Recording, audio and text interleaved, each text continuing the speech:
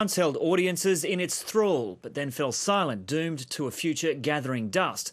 Then fate took a hand, and the giant Wurlitzer organ that held pride of place in Sydney's Regent Theatre was lovingly restored and finely tuned.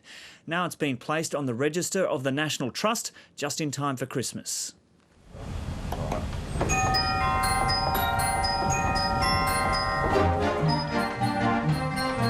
It was state-of-the-art in its day, back in 1927.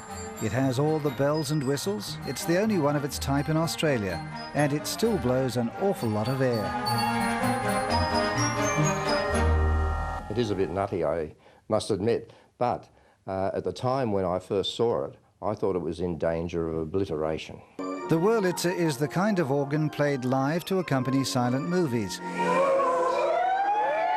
And after the Regent Theatre closed in 1984, John Atkinson, a mechanical engineer, picked it up for a song. It's taken him decades to put it together. Well, normally you'd expect to find an organ of this size inside a theatre, a cinema complex, or possibly a town hall. But in this case, the organ was reassembled inside John Atkinson's own home. Or rather, the process happened the other way round. We actually built the house around the organ. That meant incorporating huge steel joists to hold up the room above the pipes and industrial strength soundproofing. This is an absolute gem. It's very rare to have an instrument of this size in a private residence, and in fact I think this is the only one in Australia at the moment.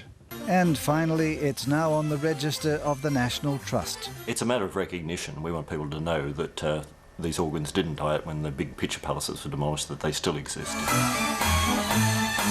Not that too many can hope to see or hear this one.